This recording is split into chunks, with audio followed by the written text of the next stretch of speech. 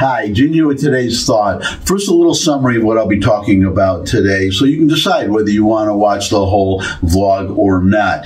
Today, I will be exposing one of the biggest lies told about Israel, one of the many lies told about Israel since October 7th, which a lot of people have either forgotten about or they remember very well, but are trying to downplay in order to, well, to condemn the Israelis, to basically call them Nazis, to basically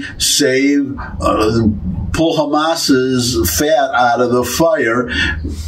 They apparently forgot what Hamas did on October 7th, so I'm going to remind you first, which is that Hamas invaded Israel on October 7th and massacred in some of the most horrific ways imaginable. Just shooting people wasn't good enough for them. They had to burn babies alive. They had to, and adults alive, women and children. They mutilated, they sexually assaulted women and mutilated them in the most horrific ways, and took over 250 hostages. Nobody wants to talk about that anymore. Well, I want to talk about it, as I just did. But now the Israelis, if it's not an act of war, I don't know what is an act of war. As far as I'm concerned, Israel is at war with Hamas, and that's how the Israelis view it. And they have since, well, I should also mention that all these protests that you're seeing on campuses all over the country, frankly, I mean, when you say burn Tel Aviv to the ground, when you say Hamas, Hamas, make us proud, take another soldier out, so on and so forth, that's purely anti-Semitic. When they say, well, we all know, right, from the river to the sea, Palestine will be free. That is just an out-and-out call for the elimination of Israel. Now, what is important to know about that is that October 7th was when this massacre happened. These protests started on October 8th. Israel did not invade Gaza until a month later. They waited a month to do it. And so you can see it's not about these demonstrations and I'm going to talk about this actually in another vlog in more detail, the root causes of all these demonstrations. But it's not, and it's kind of funny, isn't it? Because I remember when I was younger, in the 60s and the 70s, these protests against, well, you'd see these protests on campuses, but they were anti-war. They were anti-war protests. Now they seem to be, these new protests are pro-war. And it's pro the people that massacre innocent civilians and take hostages. Now, one of the lie that I'm going to expose today is that Israel is starving Gaza, that there is no humanitarian aid going into Gaza, or that there is not enough, and that Israel's being pressured, to which pressure they are not responding, to their credit. Because I said many, many years ago that the problem Israel is having is that they failed to pursue victory. They are attacked, they respond, they turn the tables, and just as they're about to win, and win an out-and-out victory, the world pressures them to stop, and they succumb to the pressure. This time they're not.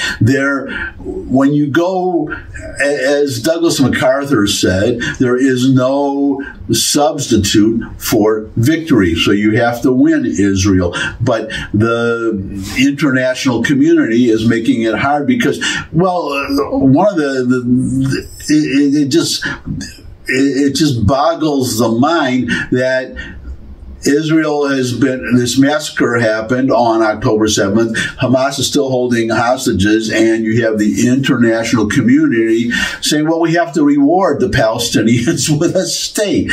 But I don't want to get off on that track. What I want to the track I want to stay on is this idea that Israel is starving the Gazans, that they are starving. And I'm going to show you a video now of what is actually happening in Gaza. Now, what you have to know about this video, it's not well, you'll see in a way it is a propaganda video, but this video was shot by Hezbollah. Hezbollah has a news service.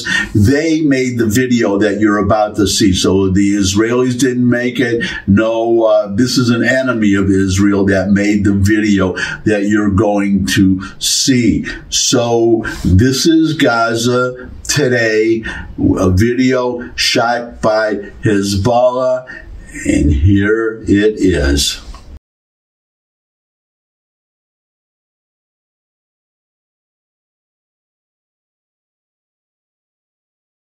نحن هنا في مخيم جباليا شمال قطاع غزة. مشهد الأسواق هذا الذي ستشاهدونه في جولة المنار لم يكن حاضرا قبل أيام قليلة. كيف وضع السوق اليومين؟ الحمد لله احنا كنا بحصار خانق. الحصار كان على الشجر والحجر وعلى بني ادم وعلى الطير وعلى كل حاجه، ادويه، علاج، ماء، حاجه، ولكن بامر الله وبصمود هذا الشعب وثباته وقدرته وتغلبه على الحصار استطعنا من اكل الخبيزه الى ان نرى النور ونرى كل المواد التموينيه موجوده بالسوق الان. الان ينقص الماده والغاز. نتمنى من الله العلي العظيم كما فرج كرب سيدنا ايوب ان يفرج كرب هذه الامه من سعيها وثباتها وشقائها وصمودها في وجه هذا المحتل الذي اراد الترحيل والتهجير. والله الحمد لله يعني خلال الاسبوع يعني والاسبوعين اللي فاتوا يعني تغير الوضع كثير يعني في الاول ما فيش حاجه يعني كان فعلا مجاعه يعني مجاعه حقيقيه يعني كانت. اليوم الحمد لله يعني الخضار متوفره، المعلبات متوفره يعني الامور تغيرت كثير يعني وان شاء الله من احسن لاحسن يعني ان شاء الله. ايام الجوع فكرت تطلع على الجنوب وتسيب المنطقه هذه؟ والله كنت مفكر يعني في لحظه الصفر يعني صراحه يعني، لكن الحمد لله انه ما وصلناش للمرحله هذه يعني ما طلعناش. طيب ايش شعورك انت في الشمال؟ صليت وشربنا فرج؟ طبعا شعور رائع جدا يعني انه ما خرجناش يعني ونتمنى على اللي خرجوا انهم يعودوا. الحمد لله. You know the saying, a picture's worth 1,000 words, so what is a video worth where you have dozens of frames, dozens of pictures every second. So you just saw that. That is Gaza. Now that doesn't say that there might be a couple areas where there's fighting, but you see where the fighting has ended, there's plenty of food. The markets are full. If it's not like that in, let's say, Rafah, where everybody is so well, the international community, including our craven president, pressuring Israel not to go in there, there may be a problem there. But as we can see, the video that you just saw, once Israel wins, the humanitarian aid floods in. And if you want humanitarian aid, if you want all of Gaza, if you want the south of Gaza, the very southern part of Gaza to be like what you just saw in the northern areas of Gaza, then the Israelis have to win.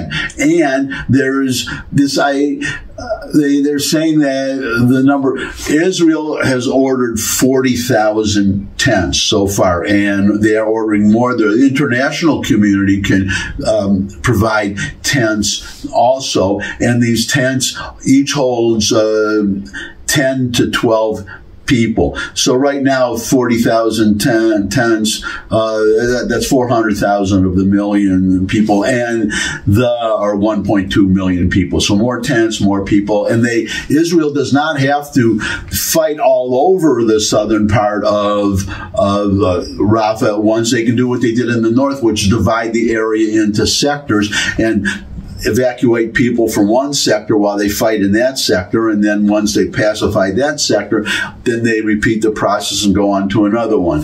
But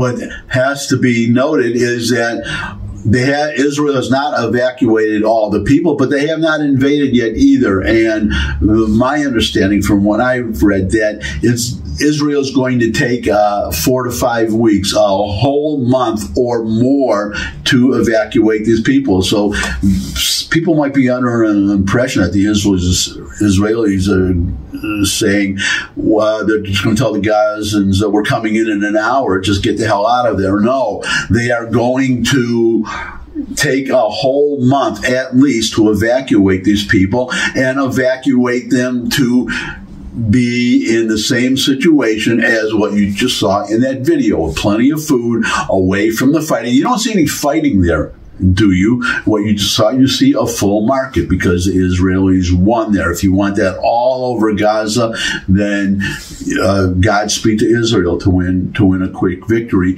But of course, the fighting won't even start for another month, and hopefully there will be a quick victory. Hopefully the hostages will be rescued, because that's where they have to be, in that area. So this international community, they're saying to Israel, don't invade, let the hostages stay there. And by the way, this humanity, those full markets you saw, and all this food that they have, how much food are the hostages getting? Huh? Has anybody thought to ask that? Are they getting a lot of food? Are they getting as well fed as all the people in that video you just saw? I have my doubts. And, well, I guess that'll be my thought for today. Thanks for stopping by. If you could just subscribe, that would really be great. Oh, I should mention one thing. That video, as I said, it was made by Hezbollah, but it was broadcast or whatever. They have a website, and they have YouTube videos. MEMRI, MEMRI, which stands for Middle East Media Research Institute. And all they do, as you see, they don't express opinions. All they do is they take, Arab videos, Arabic language videos, and newspaper articles, interviews, et cetera, and all they do is they translate them into English and provide subtitles and put them, in the case of a video, and just put them up there for us to see. As you see, that was a video. That's a Hezbollah video. All MEMRI did was translated into English so that we could all see it.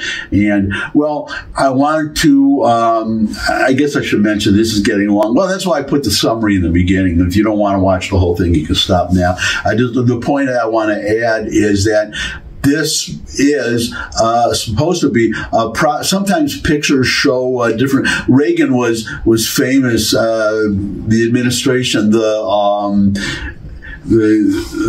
liberal media, which was liberal even then, would want to show how they would want to portray Ronald Reagan, President Reagan, as being an idiot. So they would show him meeting with world leaders and supposedly not looking presidential, whatever, or just, well, they would ridicule what he would say. Let's say if he would support that he was supporting Star Wars or whatever, which they ridiculed. Now we know it was a very good idea. It works. The Israelis prove that every day. But the Republican National Committee and Reagan's people, they thanked the networks for showing that, because, well, you're showing these images of Ronald Reagan looking presidential, which he always did, meeting with world leaders, et cetera, and very positive. And what you just saw now in that video, that was supposed to be a Hezbollah propaganda video to say that Allah rescued them and think that the Israelis tried to starve us, but we're doing okay. Israelis is failing to starve us. But the images show that the markets are full, and everybody knows that if Israel did not want the food to get in there, it wouldn't get in there. So that's they shot themselves. They hoisted themselves by their own petards. They shot themselves in the foot with that video, because it actually shows, well, it puts the lie. as I said at the beginning, to this idea that Gaza is starving. They're obviously not. And it was just announced today. I'm recording this Thursday. You're seeing it tomorrow, Friday. The United States is building a pier that will bring even more aid in. But you see, nobody is starving in Gaza. That's my point. Anybody who says they are lying. And if they say that to you, then show them this vlog. And, well, you know what I'll do? I'll put a link to the video in the description, so you don't even have to, they don't have to watch my whole vlog. You can send them that video and show it to anybody. So it's just, Donald Trump challenging the election, or anybody challenging the 2020 election, they called it the big lie. So this is the big Gaza lie, the big Gazan lie that Israel is deliberately starving the Gazans. That's obviously not true. You just saw the evidence, or not evidence, you saw the proof.